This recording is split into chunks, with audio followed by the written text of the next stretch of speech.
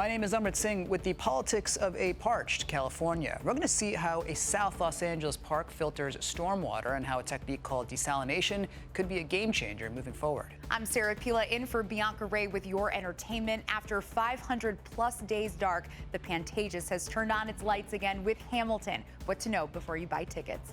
And I'm meteorologist Jacqueline Bennett with your weather. We got rain out there today, but it wasn't as much as we expected. We'll talk about why these rain totals came in short and talk about our chances into tomorrow as well. All this is ahead on your evening on Spectrum News 1. Well, thank you, Jada. And 88% of California is in an extreme drought. Governor Gavin Newsom says he may put mandatory water restrictions in place in the coming weeks. Now, the state has already called for 15% voluntary conservation. And at the half tonight, we'll walk you through the desalination process. That's removing mineral content from saline water, how this technique could potentially help SoCal during this drought. That's at the half. Well, another round of COVID vaccinations is set to begin again next month. The Centers for Disease Control and Prevention and other health leaders now recommend a booster 8 months after the second dose of Pfizer or Moderna. Rollout could start September 20th, pending authorization. And if you go to any indoor events with more than 1,000 people, you'll have to prove you've been vaccinated or tested negative for COVID.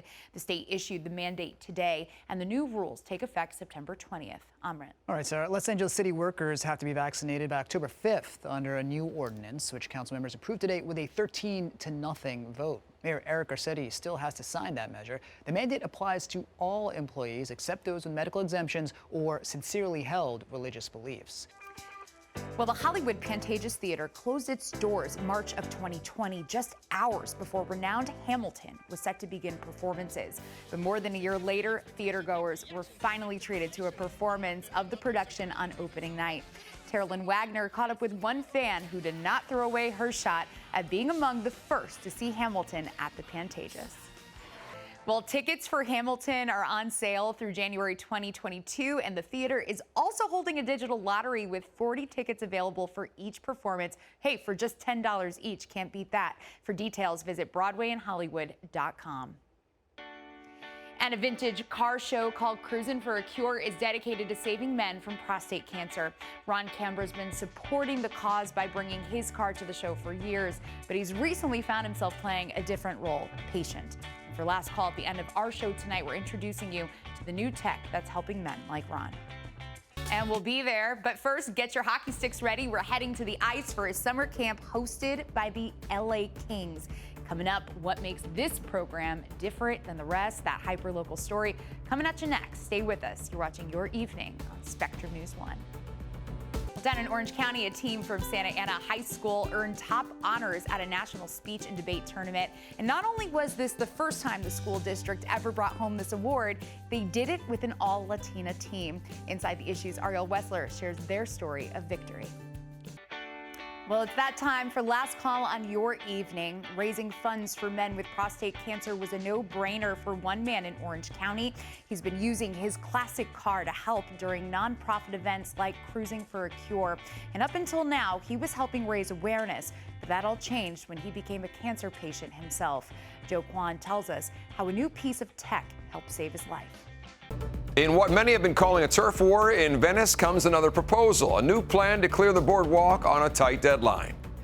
My name is Amrit Singh with Your Politics. President Biden has a message to what he sees as the merchants of death. Those are traffickers of illegal arms who he says are fueling a crime crisis across major U.S. cities. L.A. is one of those cities. Hyperlocally, homicides are way up, and this pandemic has not helped. And I'm Sarah Pilla in for Bianca Ray with your entertainment. Britney Spears was in court today speaking for the first time on her conservatorship. Free Britney advocates were outside the courthouse. Kelvin Washington with your sports. It is a trip down memory lane with a Dodger tonight who's all about helping young athletes shine. And who knows, maybe one day make it to the major league. Well, Britney Spears pleaded for her 13-year conservatorship to end during a passionate statement to a judge today. Spears' father has been the co-conservator of the singer's estate and managed her business affairs since 2008 when she had an emotional breakdown. But his involvement has been a growing point of contention. Spears told the judge she can't sleep and cries every day and that the conservatorship is doing, quote, way more harm than good. She says social media posts claiming she's happy are a lie. The singer's comments were her most public yet and come on the heels of the Free Britney movement. Now, this is a rally outside the courthouse today. Fans have questioned why Spears needs a conservatorship, which is usually reserved for people who are sick, elderly, or unable to manage their own business. Well, the first ever U.S. Olympic skateboarding team was introduced in Los Angeles this week. That's because the sport was invented right here in Southern California roughly 70 years ago. And today, one local beach is known as the go-to place to learn and trick catch some air. The more you learn about skateboarding, the more you realize like how important the Venice, Santa Monica area is, which we call Dogtown. For our last call segment on Your Evening, we're showing you why so many people around the world have been drawn to Venice. Well, Montclair declared June Pride Month for the first time in the city's history. Some members of the LGBTQ+ community say they can't accept the recognition without an apology from one of the city's council members. Ryan Blackshear Vargas has the story. Well, exploring the beaches of Southern California is about more than just hitting the sand or surfing a wave. It's also about kickflips, grinds, and ollies. Coming up, how Venice Beach became part of skateboarding's history.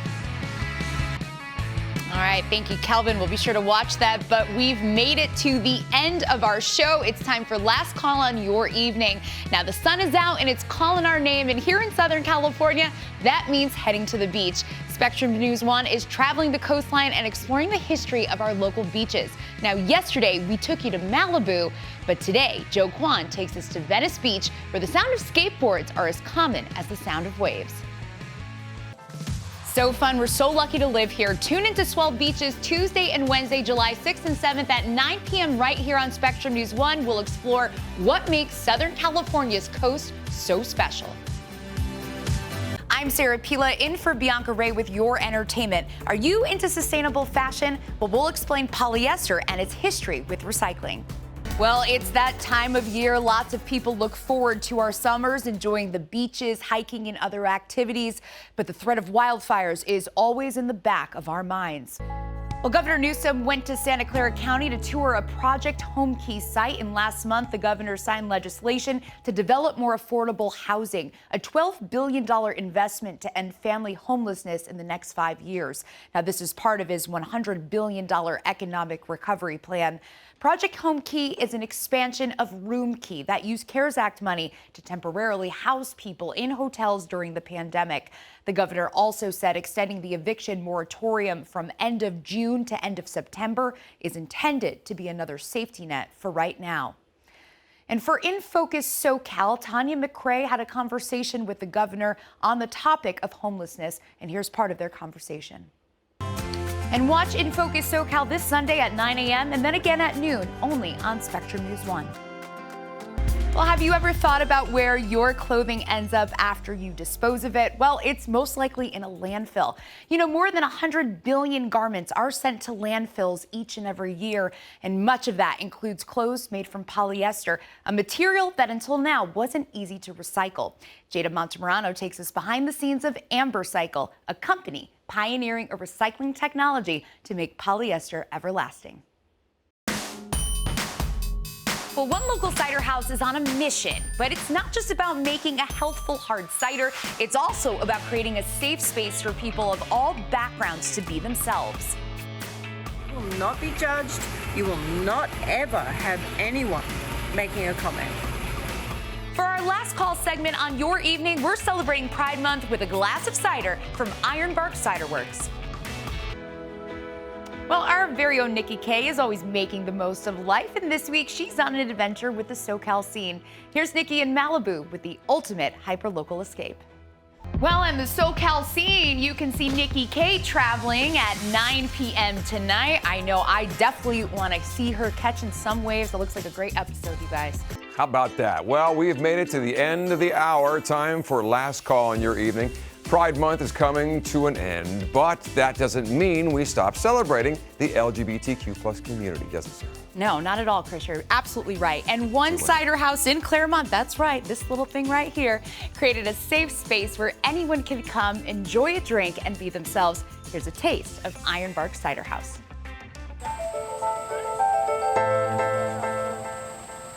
This cider going through this filtering stage is allergen-free and contains no added sugar. It's a process that Ironbark Cider Works owner and CEO Kat Fleming says ensures they're living up to the first part of their mission. One is that we want to make really clean cider that doesn't affect you in any way, like allergically or anything. Kat is from Australia, but grew up around Claremont and began making cider because she couldn't find alcohol she could drink. She's allergic to sulfites and gluten and doesn't like consuming a lot of sugar. But after discovering dry cider on a trip to England, she came back to the States inspired. I decided to make it on my own. So I taught myself how to make cider, and one thing led to another, and here we are. So creating cider her way, she opened the Cider House in 2017. The business has also become a family affair, with Kat's daughter Becky joining the ranks during the pandemic. They had really no help when COVID started, and they really needed to get production up. While making clean, dry cider is one prong of the business, the second is making Ironbark a safe space for everyone, including the LGBTQ+ community. Kat calls themselves aggressively inclusive, protecting everyone's rights to be who they are. You will not be judged. You will not ever have anyone making a comment. You won't have, just look at our cider house rules. And you can't miss the rules listed at the bar, stating they're inclusive, not to touch anyone without their permission, and not to say or do anything considered derogatory behavior. I want to protect people's rights to actually be an accepted part of this community. So this was Kat's vision, creating a safe, inclusive space for people to hang out and drink health-conscious cider. And her motivation makes her daughter proud. That's how my mom is. When she wants something done, she gets it done. Well, Ironbark missed out on Pride last year. This year, they're hosting events throughout all of June. But every Sunday, those who identify get 20% off their entire bill. It's another way Kat gives back to her Ironbark family. We want everyone to just be people in this space. Filling up every vessel with love and cider. Well, in case you don't have any plans this weekend, Ironbark Cider Works is sending off Pride Month 2021 with a bang. It's hosting a promenade where you can don your makeup and wig, or you can come as yourself and enjoy a delicious dinner and cider. And it's all happening tomorrow from 7 p.m. to midnight, you guys. I haven't been myself in a long time. This might help. Maybe this will help, right? Believe it or not. So this is called the Lestat, and it has blood orange and cranberry, which is pretty cool. I have to host at 9:30 tonight, so really I shouldn't. Okay, a teeny bit. Does that work? It works plenty well. Should we cheers? Yeah, we should cheers to Pride Month, to the weekend. That's a good idea. Right? There you go. To Cheers, you. everyone. To you. Thank you so much for watching. So this is like a... We haven't cheers. This is our moment. This is our moment. To Blood Pride. orange. Our awkward moment of pride. Very nice. It's happy hour, right? It is good. I gave you a little more. You're gonna need a little more for the 9:30, aren't you? Chris, will you do me the favor of holding that? Let's get on with it. Just a little bit more. See, and it's tasty. That's really good. It's tasty. I It's just did tasty. it A little bit more nice. too. It's like, oh, this is good. I haven't spilled anything yet, so Oh. that's a good sign. It's cold. There you And go. look, you get these Almost spilled there. the Pride growlers Happy too. Pride, everybody. Check them out. They're really